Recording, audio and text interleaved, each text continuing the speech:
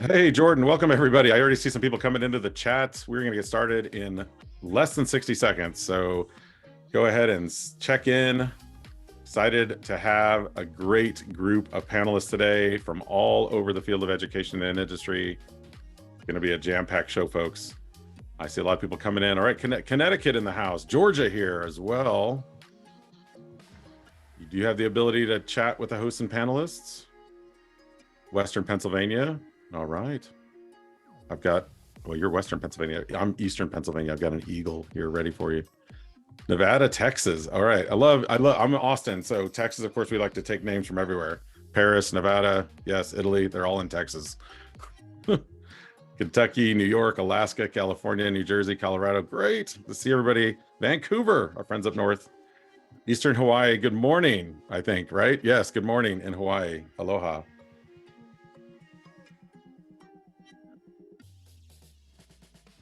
All right, well, I'm going to get us started. I know there's still some folks coming in, but there's a lot to get to today, and I want to make sure we have time for our panelists and guests.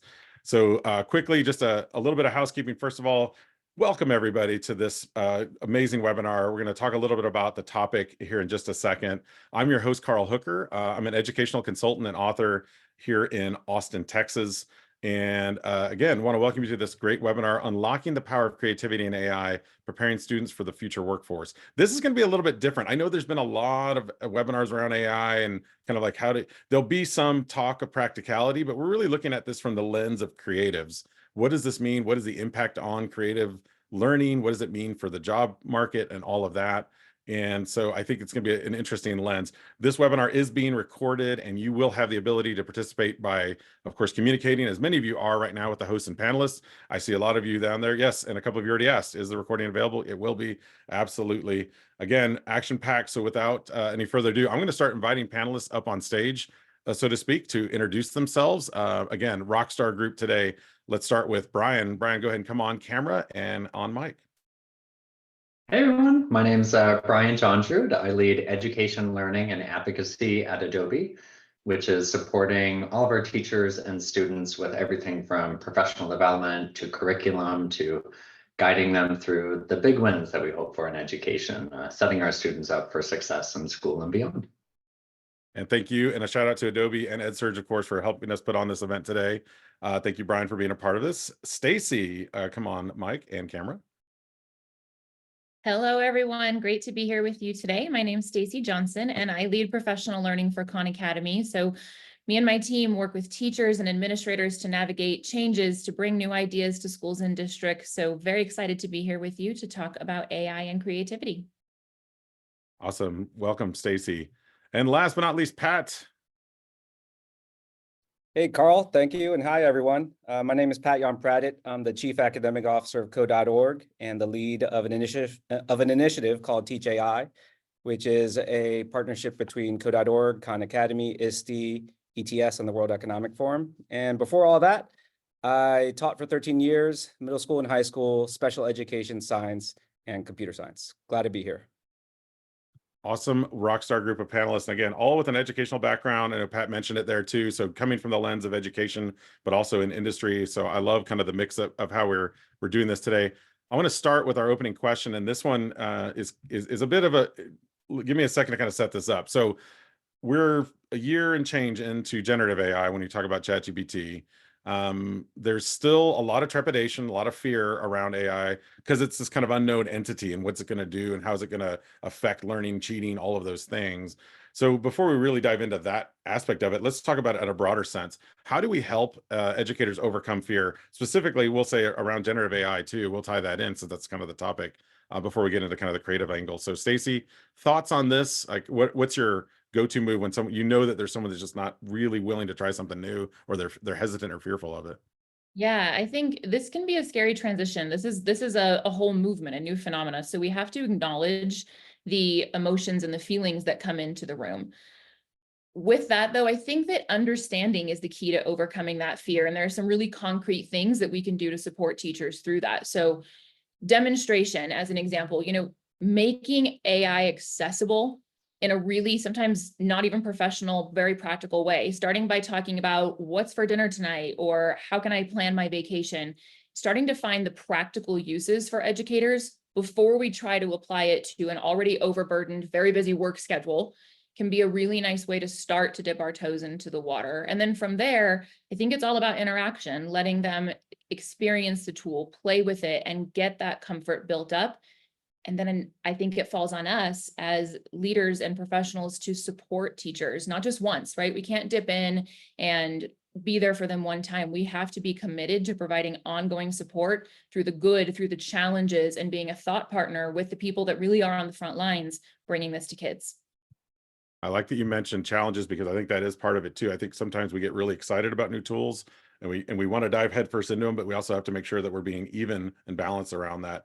Brian, when you're working with educators too, and you notice a hesitancy, I know Adobe, you guys have really been on the forefront of a lot of things with AI. I love a lot of, especially the image generating tools that Adobe's been putting out there with Firefly.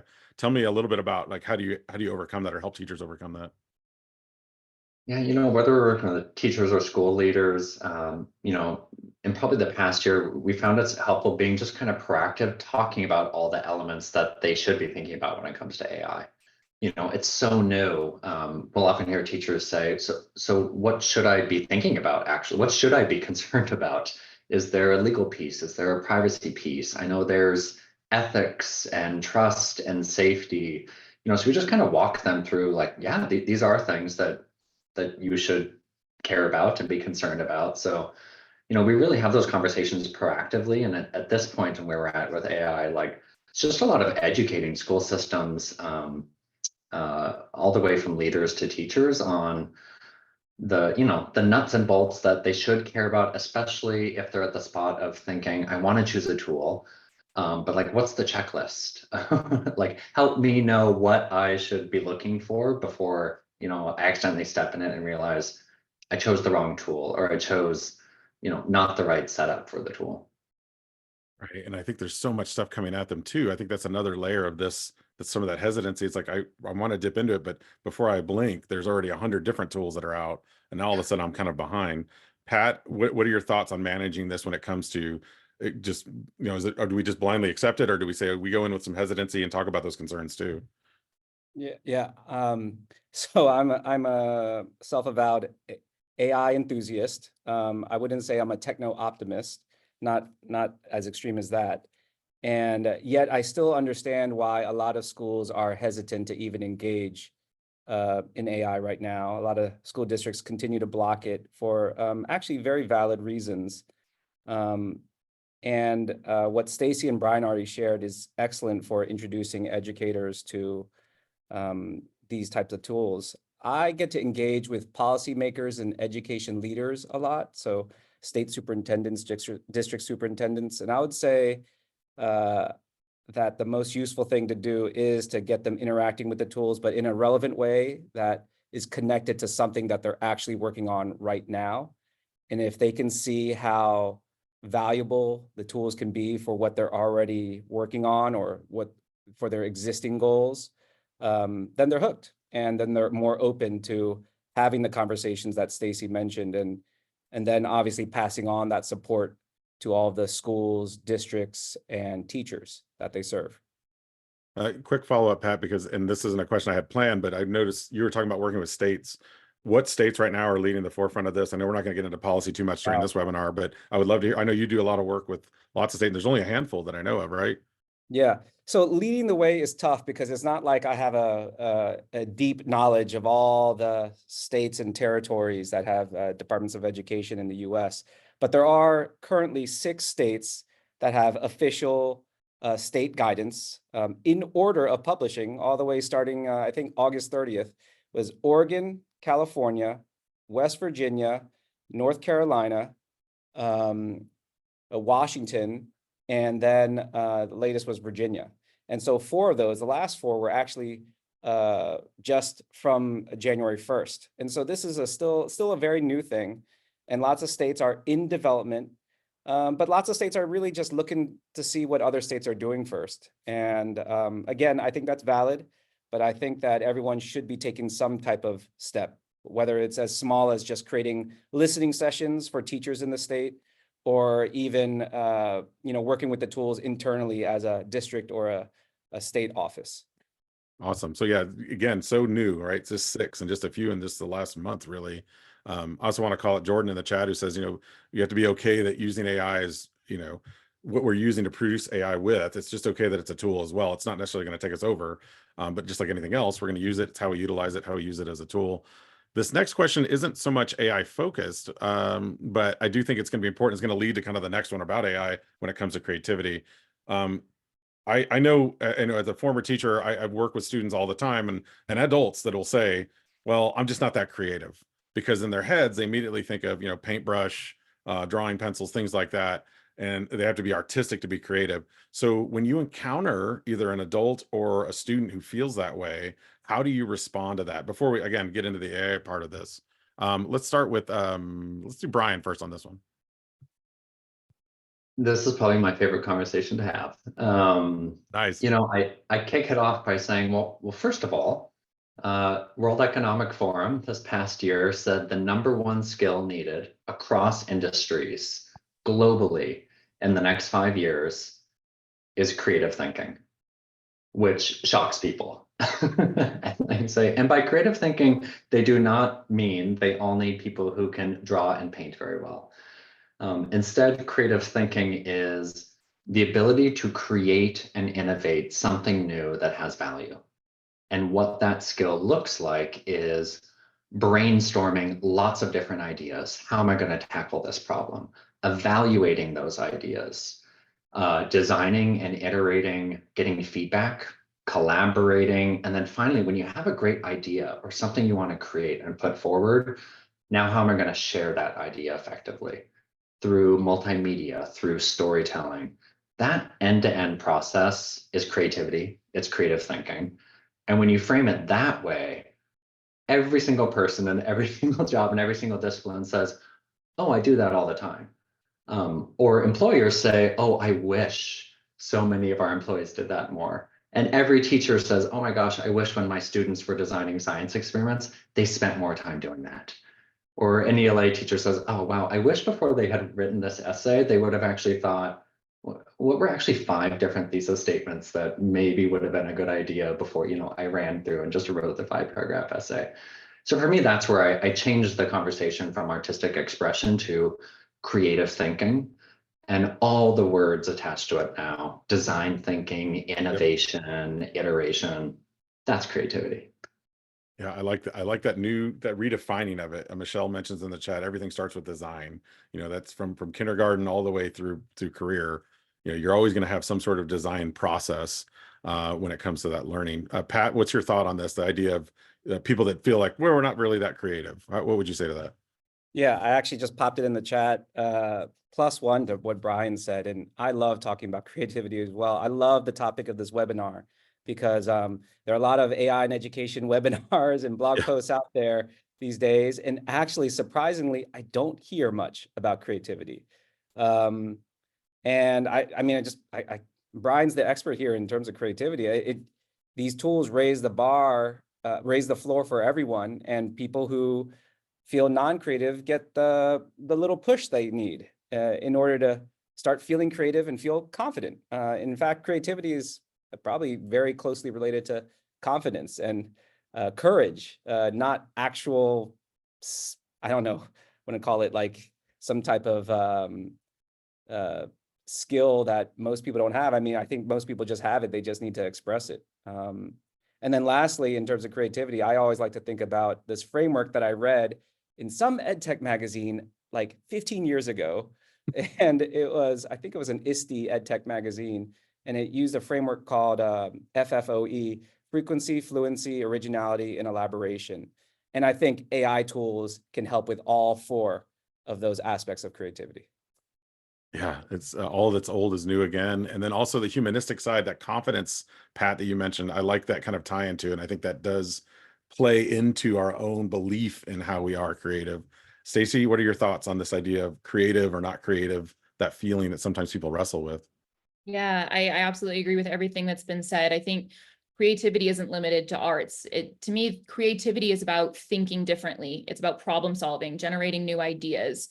So if you think about things we do every day: cooking, farming, organizing, mathematics, science, Those are really about coming up with ways to explain the world that we live in. And that in itself is creativity. At the same time, I think it relates to learning and the instruction that we do in the classroom, because learning or having the opportunity to really master a concept can also be foundational to having the tools and the skill sets that you need in order to express yourself creatively, right? So I think the two really go hand in hand. And I do think AI has a role in that as we think about ensuring that all students have access to those tools to form the skills that they need to express themselves creatively in whatever area they're in. I guess a quick follow-up before we get to the next question for all three of you. Do you guys all consider yourself creative? Yeah, I see some head nods. Brian? Oh yeah, yeah. All the time though? I mean, is there a time when you feel like, man, I'm just not getting or is that not creativity? It's a roadblock. Maybe it's just kind of something else. Brian, do you feel like there's times where you're like, well, I'm not being very creative on this? Yeah, it's so funny. Once you name what creativity is, you see yourself doing it. I mean, in every meeting, in every slide you put together, in every email you write, you see it happening all the time. We work a lot with college students who are going out on the job market, and we share with them like, hey, are you telling employers that you are a creative thinker? And some of the students say like, no, I don't think I am. And then we say, oh, well, I think actually in this conversation, you just showed me what a creative thinker you are. So, a big part of the battle is just like understand, just like critical thinking, knowing actually what the components are, and then realizing, oh, I actually do this about 500 times a day. That confidence, right? That Pat was mentioning too, or giving them that confidence. Okay, Actually, let's pivot. Carl, Oh, go ahead, Pat. Yeah. I use AI tools a bunch. And, for the last, the more and more I use them, the more I realize how creative humans actually are, because I see what they can do. And it's quite impressive, obviously, for anyone who's used these tools to do anything slightly creative. They're quite impressive, but they're very formulaic in what they output. And humans, it just makes me appreciate what humans do more. And obviously, if you add these two things together, what humans are already doing, plus what the AI can do and help you with, I mean, the 1 + 1 is actually equal to 3 in this case, rather than just 2. So it's quite amazing.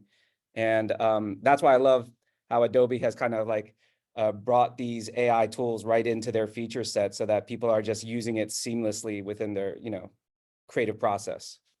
I'll say personally, it unlocks things for me too, Pat. When I use it a lot, before we came on, I was showing the panelists a couple of weird things that I'm trying with using lyrics to generate images and things that I would have thought of, honestly, like a year ago. It's opening up different creative pathways. So I like that idea that, yeah, I think the melding of the two, it's gonna be interesting to see where we go with this. That said, I'll bring up this. I'm going to throw cold water on it for just a second, but I think you guys have kind of set up some different answers for this already. And that is one thing I'm noticing, the trend across the country. When first AI came out, it was cheating. We're worried about academic integrity. That's still a concern. But the new one that I've been hearing more and more is that if we become over-reliant on AI, and there's maybe some truth to this concern, that will cause a deficit in creative and critical thinking skills. So how do you address that concern? Is there some validity to the concern? I'm going to go to Pat on this one first. What are your thoughts on this, Pat? I was hoping to go last because I'm afraid. Okay, I can put you last if you want. Do you want to go last? No. I'll be courageous. I'll be courageous, and I will. So I'm worried about this. I'm worried about this because of myself and what I see in kids. So starting with myself, again, I use these AI tools often, and recently, or actually a couple months ago, ChatGPT was having these issues in terms of demand, and so it'd be down often. And I was gonna do something myself. And then I decided to ask ChatGPT to do it, but then it was down. And so rather than doing it myself, I just waited and kept on refreshing until it came back up. And so I feel that I myself am becoming over-reliant on these tools. The question is whether that's a bad or good thing, but I am becoming at least reliant and dependent on these tools. But even worse, I'm an adult. Kids are still learning. And so what's the effect of these tools per the learning process? Is it going to stifle the learning of key fundamentals, or is it going to improve the learning of these fundamentals and help them express themselves in ways that they never have before? ultimately it's going to probably come down to the teachers watching this webinar and how they use the tools versus just, throwing kids at them. Yeah, and I think Ariel just dropped in the chat kind of a bit of a mic drop moment here. She said, I would argue that there's already plenty of stifling of creativity institutionally and systematically. Yes, some in our institutions, there's a little bit of that too that we have to overcome, and maybe AI can unlock some of that. But I like those concerns, Pat. Stacy, what are your thoughts on this? The possibility that AI could stifle some of this, maybe those fundamental skills. Yeah, I'm with Pat that I actually think this is a valid concern. And I think the responsibility does fall on the people in this webinar and the people that are serving in classrooms.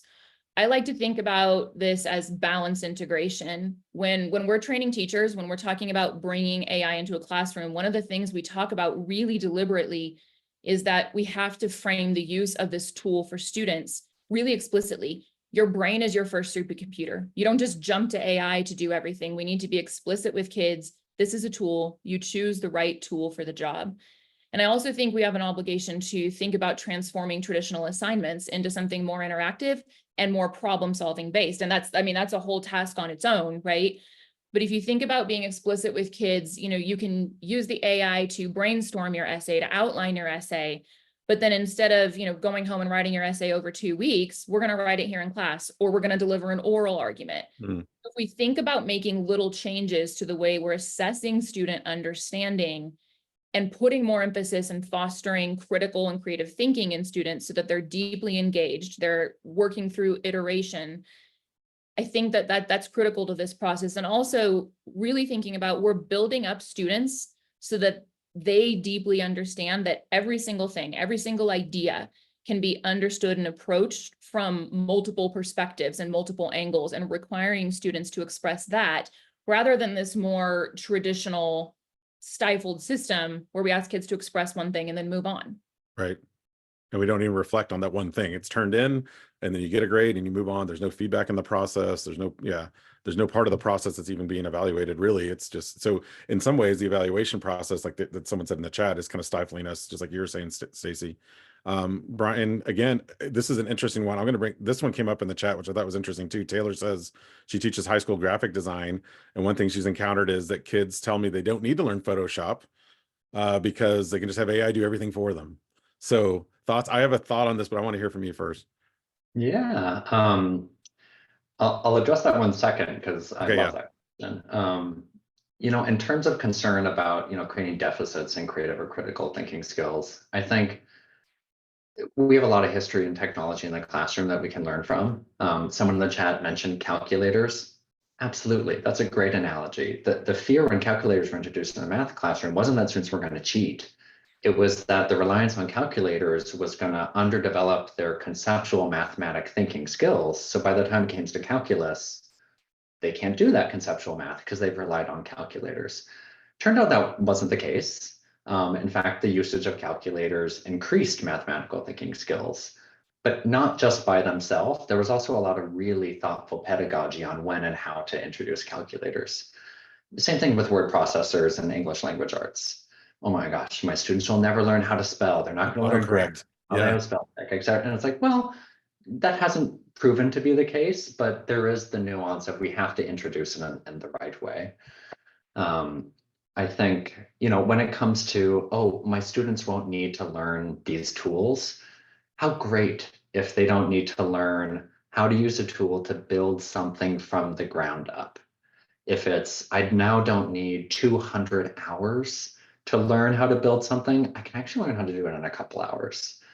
I think that's what's exciting when we talk about creativity in the classroom. It would be a great problem to have if we were worried all the amazing creativity happening in schools right now might be stifled by this technology. I don't think that's our problem. I think the problem is there's not a lot of creativity in schools. Yes. Because there's this notion of, I don't have time for the tools. I don't have time to teach my students how to design. I don't have time to get to the top of Bloom's taxonomy that says create. I want to, I've just never had time. So when it comes to creativity, I think the equation is probably going to be flipped. It's not, are these tools going to reduce creativity in the classroom, or it's more, are they finally going to allow us to do the kinds of things teachers and students and parents have wanted to be doing forever. It's just honestly been a real challenge. And then that thought from our attendee who said, you know, the students that say, "Hey, we just don't have to learn Photoshop anymore." What would be your response to that? Yeah, I mean, my question is like, what do you want to use Photoshop for? If you have something in your mind and you want to bring it to life, if AI gets you 100% of the way there, great. If it gets you 98% and then you want to make it yours and you want to tweak it and you want to customize it, like make it truly authentic, maybe all you're learning in Photoshop is that final little bit. You know, at Adobe, it's like, it doesn't matter what tool you're using. If you're using Express, if you're using Firefly, if you're using Photoshop, use whatever tool you need for that moment. And if the tools help you just put in a sentence and say, make an image of a Pegasus flying around doing linear algebra, does it for you? Fantastic. Now you love math. That's a win. I do like that. Yeah, the leveraging of the tools to help kind of inspire some motivation or creativity towards subjects that maybe we're not so motivated towards. I will say I talked to a high school teacher who was teaching a digital design class, photography actually, and he was pretty upset because a student had actually screen captured himself taking an image and then adjusting the image using generative fill, you know, through Firefly, and basically said this image is now not real. It's been faked. So I'm going to flunk the kid. And my pushback response was like, well, wait, let's talk about evaluation of the original image that the kid took, the actual photo, and then let's talk about evaluation of the actual AI enhanced image, because both of those are important skill sets. Rather than throw out the whole thing, say, why don't we do 2 grades, one on the original content and one on the AI assisted content, which I think is another little nuance that we're going to kind of come across as teachers get more into this. So speaking of teachers, I know there's a lot on this podcast, I can already tell. So I'm going to ask this is kind of a practical question. Let's give them just an idea or a thought. And I don't think we as a panel, we never went over this. So it's kind of one I've thrown in there a little bit late. So I'll give you guys a second to kind of stall and think about it. Stacy, you're going to go first on this one. So just kind of have it in your head. But, you know, thinking of practical ways that teaches. I just realized I misspelled. See, now that's going to get me. Autocorrect did not save me. And now my watch is talking to me. This is like AI fail. Teachers and students can use AI to help with creative thinking. So again, practical in the classroom ways of doing this. Stacy, I'll let you start on this one, and then we'll kind of go around the group. Yeah, well, I actually think this is Brian's big question to answer here. I can't wait to hear what he has to say, but I'll try to share some ideas that I think are less obvious, right? If you think about using large language models and the idea that students can get quicker feedback, they can get a faster turnaround on feedback, they can get feedback that comes from different perspectives. AI can provide that instant personalized feedback that's going to allow students to improve work.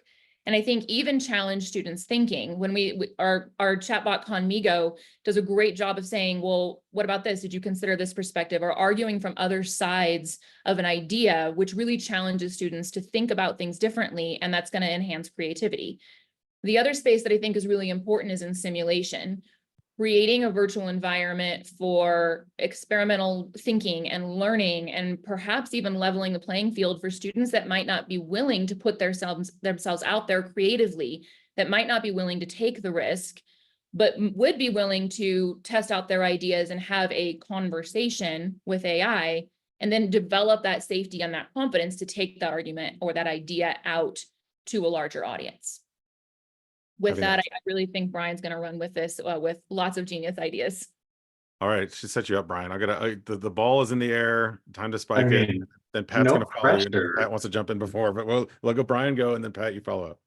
And no pressure with that setup. Brian's going to come with genius ideas. Oh my gosh, let me. He's quickly using AI to figure out the answer. No. You know, I would choose like a practical way to get started. Choose one part of the process. And of your students making an assignment or showing their thinking, choose one start and say, how can I use creative AI to have my students make their thinking more visible to me?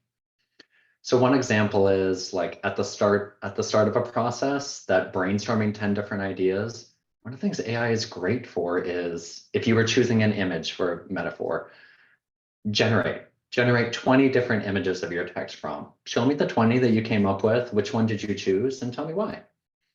That's like a really easy like Kickstarter, or at the very end of an assignment. You created something. Now for fun, show me 3 other versions.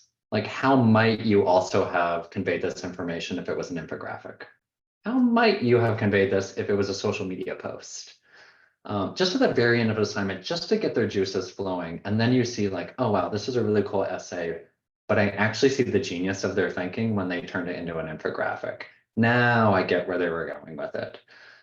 So those to me are quick ways that don't necessarily like threaten the integrity of, the original assignment or the original pedagogy. You're just showing at the beginning and end of a project, what were those students thinking? And then you get to be delightfully surprised. You're like, wow, they're actually really creative, and a lot of thought went into this. I just didn't see it, visually represented in particular in what they turned in. Right. And maybe that gave them the confidence again to turn in that creative output of whatever they were thinking. You just didn't see it until they had that chance. Yeah, yeah. And then you get to say, oh wow, the infographics are so good. Maybe I won't have them do an essay next next time. Maybe I'll just have them do infographics. These are really cool. Yeah, that's always important too, to think about all the different outputs we can have. I think we lean so heavy on the 5-paragraph essay or the PowerPoint presentation. You're right. So many different ways you can actually demonstrate your understanding and learning. Pat, what about you? Practical ways? I know you do a lot with Teach AI, code.org, lots of stuff. I mean, what do you got for us? Well, gosh, I learned a lot from what Stacy and Brian said. And actually, Carl, I would like to hear from you what you think about this question. So I'm going to cede my time to you, Carl. Wow. Okay. Yeah. I think for me, I'm going to go back to something that Stacy said at the very beginning, and that is there's a personal aspect to this that we need to tie into. And I think it goes into how you're using, I would say start using AI creatively with something personal. And so like she talked about, you can use it for lots of things, finding a few items in the fridge, having AI help you creatively come up with some sort of solution for that.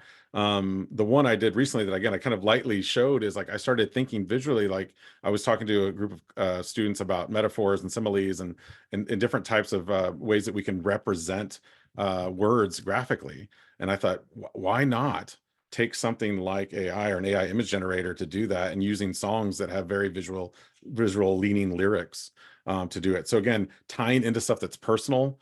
Songs to me, music is a big part of this. So again, tying that into it and then showing the different ways you can use it. Again, that's not very threatening, I think, in that sense. So to me, that gives them a stair step to say, oh, I didn't even think this was possible, and kind of opens up some possibilities of creativity.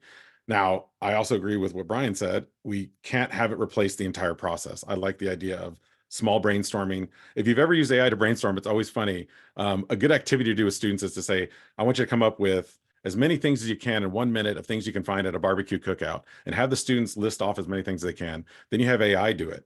Then compare the lists. What's interesting is AI is very practical. It's aprons and forks and things. And then the kids will come up with like crying kids, playing games, music, like more humanistic sides of it. I think that merger is an important thing. So I think it's important to always show that balance in the classroom, to show like, hey, here's where AI can help you with creativity, but here's where the human side could really add another layer of flavor to it.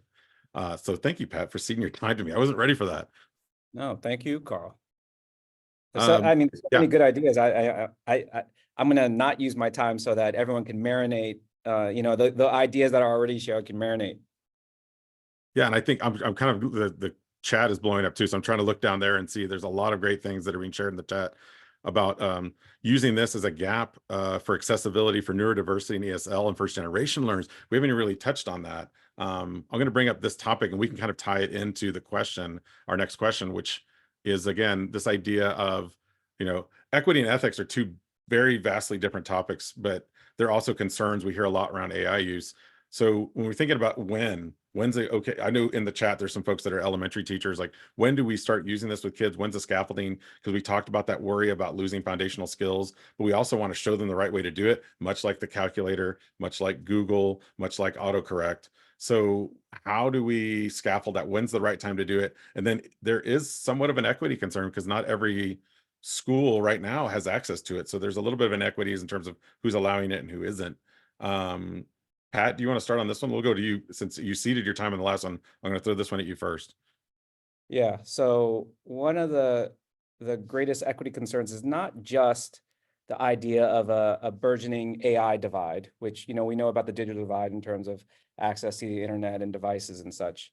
And by the way, that divide is not just the infrastructure, it's even like people who would teach students about these things, right? Right. But then, now there's this AI divide, and it's like giving some kids a nuclear weapon and other kids don't have anything, right? And that's obviously not fair.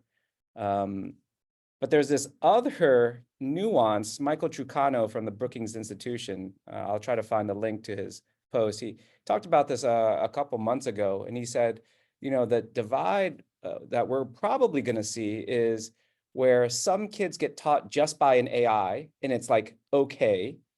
And then other kids get taught by the human plus AI, which is obviously way, way better. And so in both cases, they're getting access to an AI. But in the latter case, the human has developed enough AI literacy, has been given enough guidance from education leadership to be allowed to use it, that they obviously use it with their students. And it's an amazing experience where other kids just get to, just use an AI on their own. And it's good. It might be even better than what's happening now, but it doesn't compare to the human plus AI. So that's the equity issue that I want to call out. It's a nuanced version of the talk around the AI divide. I see that personally with my own kids going through public school here in Austin, and how many of their teachers have any familiarity with it. To be honest, they just haven't had the time to learn it. And so there's already somewhat of that gap starting to grow because we're not giving them the training they need in a lot of ways, or even just exposure to what they can and can't use for those ideas. I also like what you're talking about, that AI enhanced with human ability. There is a school here in Austin that launched in October that's called the AI School, where the kids go to school to just learn using just AI. They put them on computers for several hours. There's some humans kind of walking around, but there's not really what you would call traditional teaching and learning happening. That said, that's a very segmented group of students that have access to that. I'll just say that there's a lot of kids that don't have access to that, which, especially our underserved communities. Brian, what are your thoughts on this idea, equity, and then we haven't really hit the ethics part of it yet, but let's talk about the equity of AI use. And then also maybe what age, like where are we starting? I know 13 plus is the given, but should we expose them a little bit earlier, showing teachers modeling that earlier? Yeah.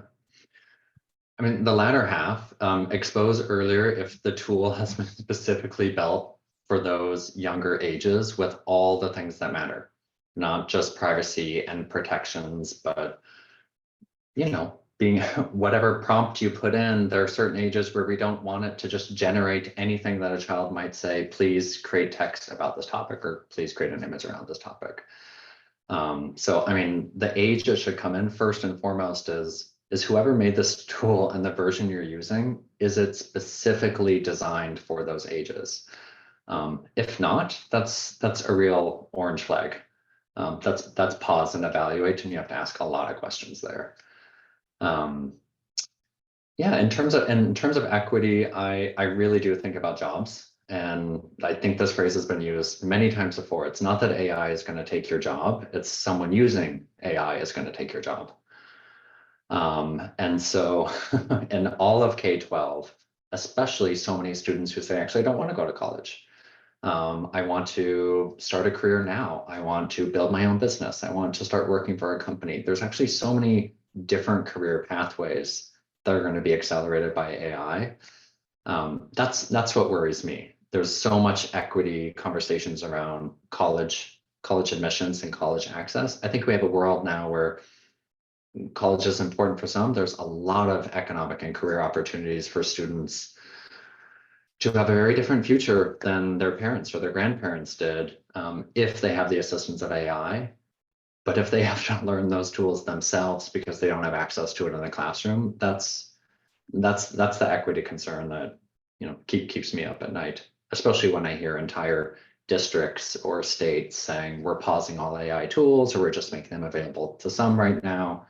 Immediately, I wonder what the equitable considerations are. Yeah, I know, and I know we're still kind of building the plane as we're flying it, so to speak. And there are, like Pat mentioned earlier, there are states that are coming out with kind of design policies around this. Yeah. But I do think you're right. I think long term, if we don't get this right soon, there could be long-term effects in terms of who has the tools and who doesn't, going to college and career. Stacy, your thoughts on this, the equity concern, and then also maybe the age. When should we start with kids with AI? Yeah, I think if we want to ensure equitable access, I want to really hammer home the point that teachers need training. This isn't just a new tool. This is a shift in pedagogy, and training a couple of times a year during these PD days, it's not enough. Teachers need strategies. They need thought partnership. They need support, and teachers need to feel empowered to get that information and to have that support regularly across a year, and then to bring AI into the classroom in a way that is developmentally appropriate, that they know is best for their kids. I've been in classrooms with third grade teachers that are feeling obligated to bring Conmigo or ChatGPT or these AI tools, whatever it is, into their classroom in one swoop with 8-year-olds. And that's not developmentally appropriate for every kid. I really like what, I think it was Brian that said, the tool needs to be designed for that age, for that learner, for that skill set. And so I think we also need to empower teachers to look at the kids in front of them and say, this might be appropriate for this group of kids, but it's not yet for these kids at this level with the things that they're working on and still developing. But I do think that when we think about equity, there's a lot of potential here, because AI can bring access in a way that we've never had it before. So I like to think about the college essay. And you think about when I was writing college essays, if you had the means to do so, you could pay somebody to write you a fabulous essay. And now more doors are going to open. And not everybody has that access. With AI, we have tools that can help every student if we can ensure that that gets into the hands of every kid. And so I think the challenge that faces us right now is how to ensure that this access gets to everyone without widening that digital divide.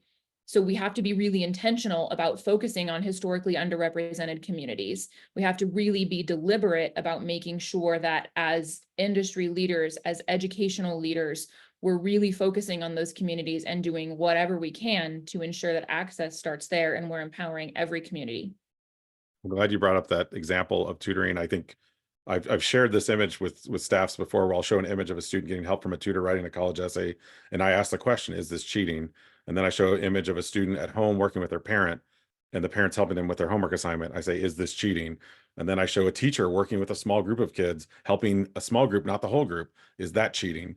And then autocorrect, is that cheating? And so going on through the lineage of it, and then I show AI helping a student, and immediately, like, it's funny how socially we accept certain things, but not every kid has access to a tutor, a parent, a thoughtful teacher that's going to help them. But we can give them that equity and access you were just talking about, Stacey. And I think that's so important. I'm glad you brought that up. And I think that's good response to the cheating questions we aren't really hitting today, but I do think that's something that people need to think about, how they rethink this. It's come up a bunch of times in the chat, just since you've been talking, Stacey, about the role of the teacher and training. And I think that leads us to this question, and that is, we know there's the role of the teacher is always evolving, whether it be state mandates or different things coming, political pressures, book bans, whatever. There's always something that's changing that. Now, as AI becomes more prevalent in learning, that's also going to change. It's going to have some sort of impact. Or is it? Or are we just overemphasizing this? I mean, I was around in the early 2000s when we had the smart boards were going to change everything. Y'all remember that? This is going to change everything with teaching and learning. It's going to be amazing. We're going to slap these things on walls and everything's going to change. And then it kind of didn't. Is this more smart board, or is this more transformative? Where are we headed? I think that's interesting to think about too. And then people are, yeah, Pat's so expensive, right, Pat? The smart board. So Pat, go. What do you think? Is this? I was Yeah.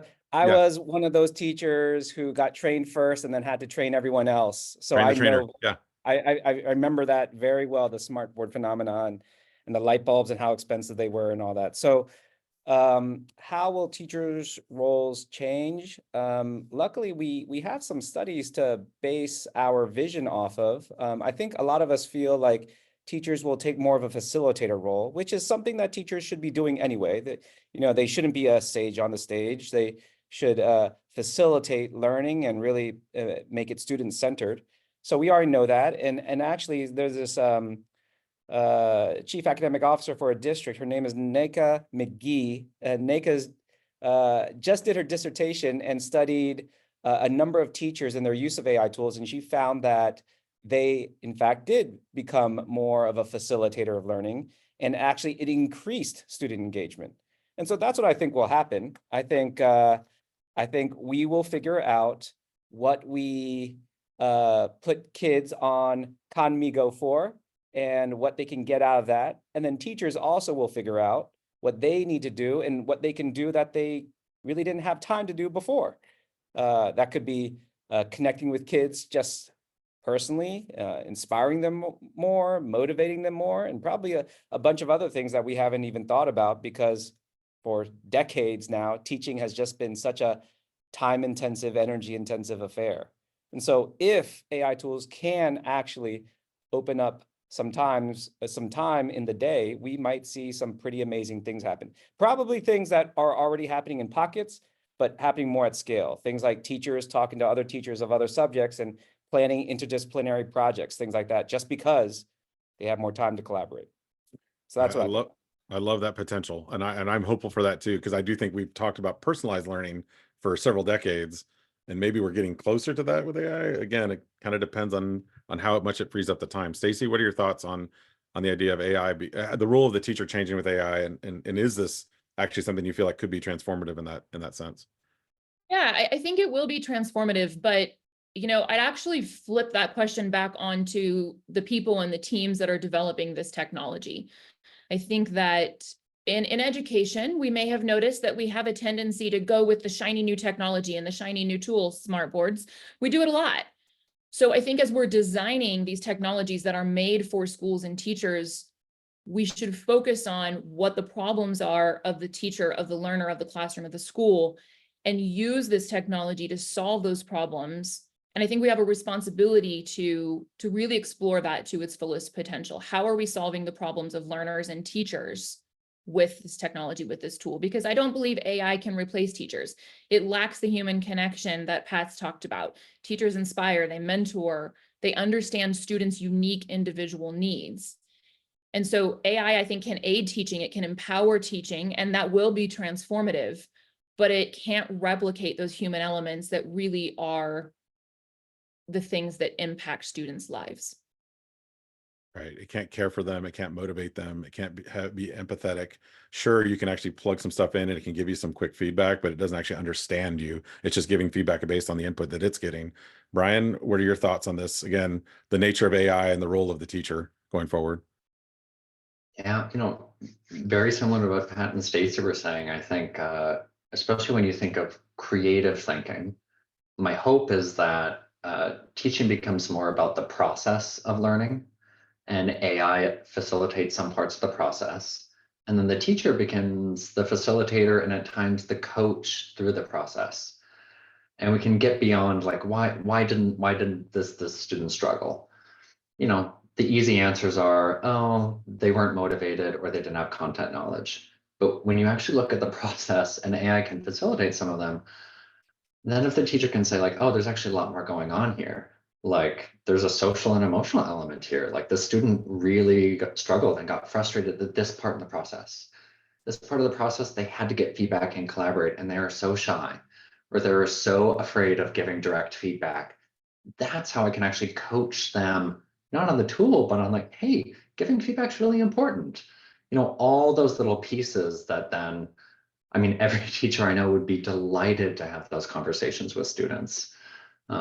And again, not to hammer it through, but preparing them for the workforce. These are all the soft skills that we find if you don't learn them in school, make your first, second, third, fourth, 50th job really challenging, because you need to do those things in the real world. Can I Jump in, yeah, Pat.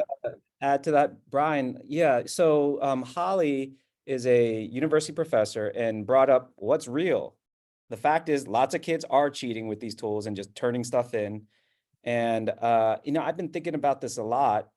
And there is research from Victor Lee out of Stanford, and I forgot his partner on this work, but they did a survey of kids. This is post ChatGPT release, and they straight up asked anonymously whether kids were using ChatGPT to cheat, and they actually found that the prevalence of cheating overall remained the same. So it's not that these tools increased the amount of cheating, but probably the percentage of how kids are cheating is probably, turning more towards the AI tools versus the harder ways to cheat, right? So basically, cheaters going to cheat, but ChatGPT didn't increase the prevalence of cheating.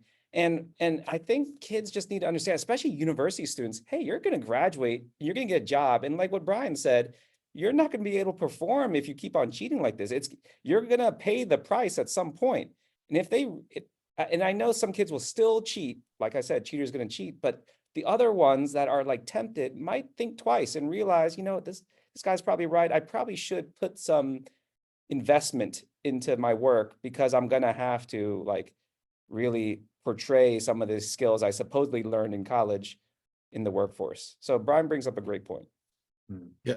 Yeah. And I think two quick points on that, just to kind of tie into what both of you have said. One is, I think we tend to gravitate toward the tool and target a tool when it comes to cheating, rather than addressing the reason why kids cheat, which is motivation, lack of interest in the subject, whatever it is, being lazy, like you mentioned, Pat, kind of cutting corners. I think that's a harder thing to tackle. So we tend to tackle the tool.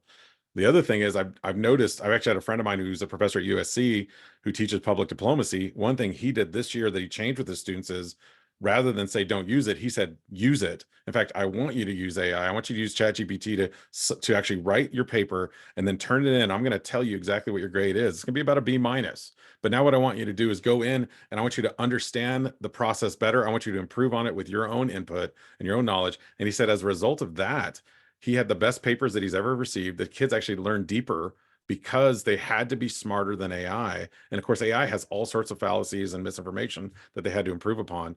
And so he said, rather than running from it, he said, I'm going to change it and put it on its head and say, now I'm going to make you use it, but you have to improve on it. And so I want to see the original AI version plus your version. And I think that put a lot of pressure on the kids to really get to know things. I say kids, I mean, they're adults taking college classes, but that's another different response to that. But thank you, Holly, for bringing that up too. I think that's a big one. Carl, can I Yeah. add a thought there? I think I want to really double down on something that Ariel said in the chat. We have an opportunity as educators to redefine the line between what is cheating and what is efficiency. And I think when we find ourselves waiting for ChatGPT to come back up to write an email or to write a proposal, but we don't want our students to use that same sort of efficiency, I think we also need to challenge our own thinking and have those discussions as an industry about the difference between cheating and efficiency and how we're defining those two things. Yeah. Absolutely. Yeah, And I think I'll that's just add to go ahead, that. Brian. Just to add, first of all, this is like one of the most engaged, thoughtful chats I've ever seen. Yeah. Thank all of you. Amazing. But for decades, this notion of authentic assessment has been on the table, right? Going beyond multiple choice, assessments that really authentically evaluate what a student learned, how they think. It's been on the table, but it's been hard to pick up. One, I think, nice push these tools are giving us is if it's really, really easy for your students to cheat and get an A on your assessment, is that an authentic assessment? Is an authentic assessment should be hard to cheat on because a student has to bring so much of them to it that it's kind of cheat proof. I know that's not always easy to do, but I like that that's pushing this dream of authentic assessments forward a little bit. And I don't know, online, on social, I've just seen a lot of pretty common sense rubrics.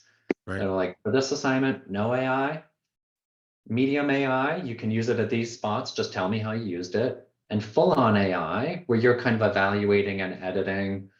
And why not mix it up? One Right. week, it's no AI, this week, a little bit of assistance. I know rubrics can get very, very complicated and 5-pointers out, but I've actually seen some just like pretty simple, straightforward.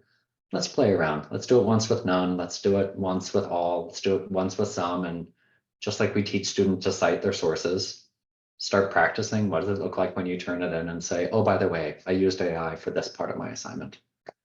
Yeah, Pat, you just shared a quick link in there too. You have an AI use rubric? Yeah, I mean, it's exactly what Brian said. I've seen some pretty elaborate ones, but this one it's like 3 rows and it's just, one sentence descriptions. And I think the most important thing is that you use it's not just yes or no, period. It's sometimes yes, sometimes no, and explain why. All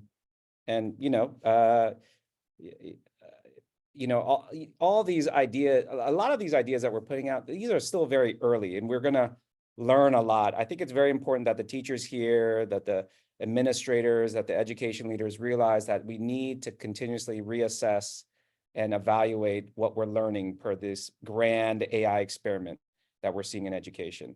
And so even though, I mean, Stacy and Brian, and this is, well, I've learned so much, and these ideas are awesome, but when they hit the real world, that's when, you know, we know whether these ideas will actually hold.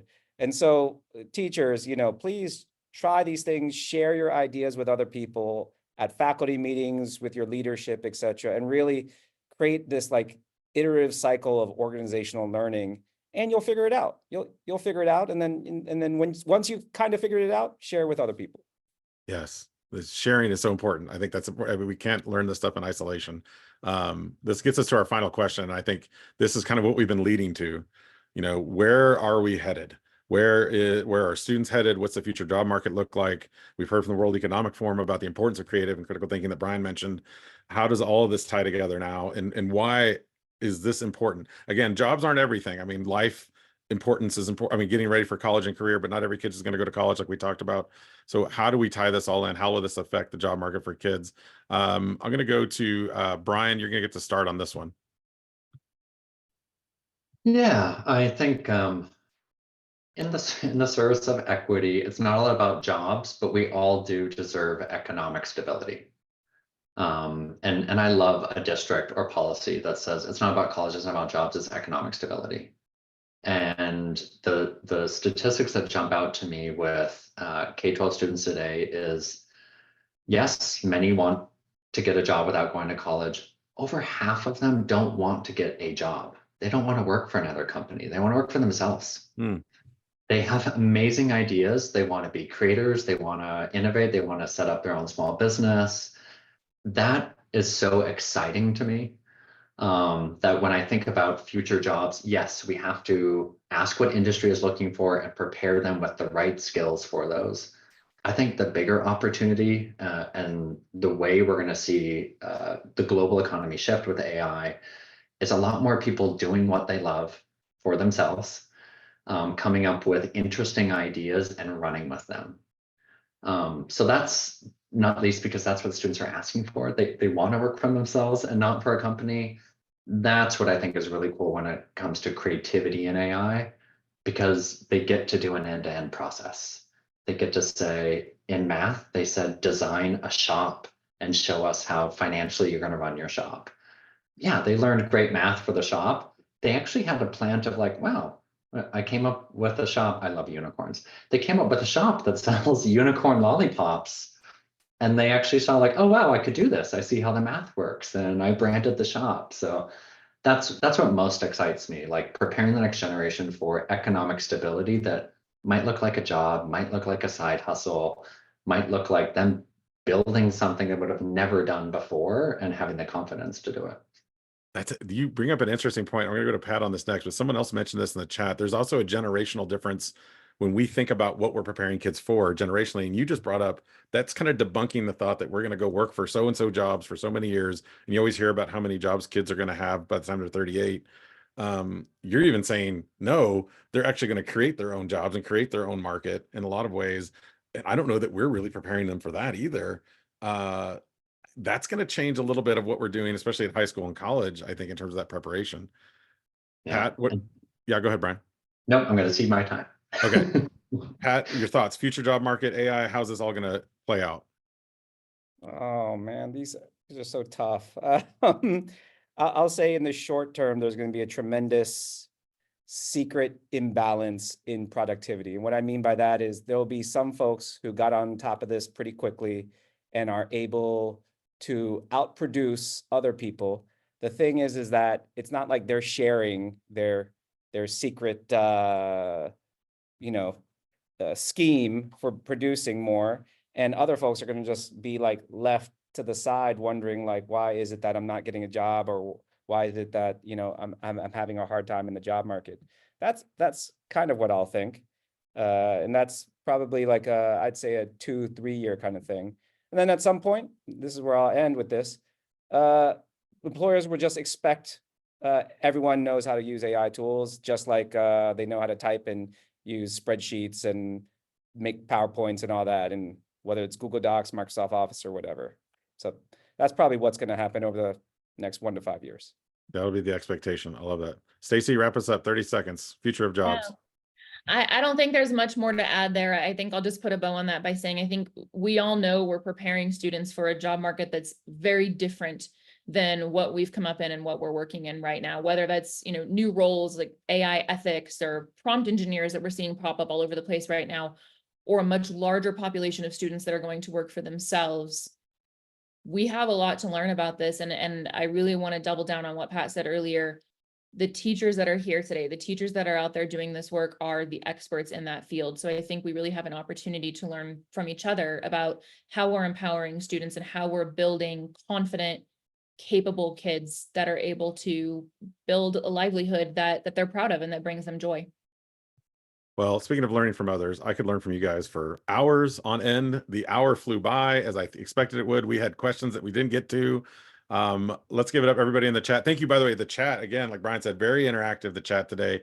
Brian, Stacy, Pat, I love it. Guys, check them out. All the work they're doing at Khan Academy, Adobe, Pat with code.org and Teach AI. I think that's great that you guys are doing in this field, and we need leaders and conversations like this to continue.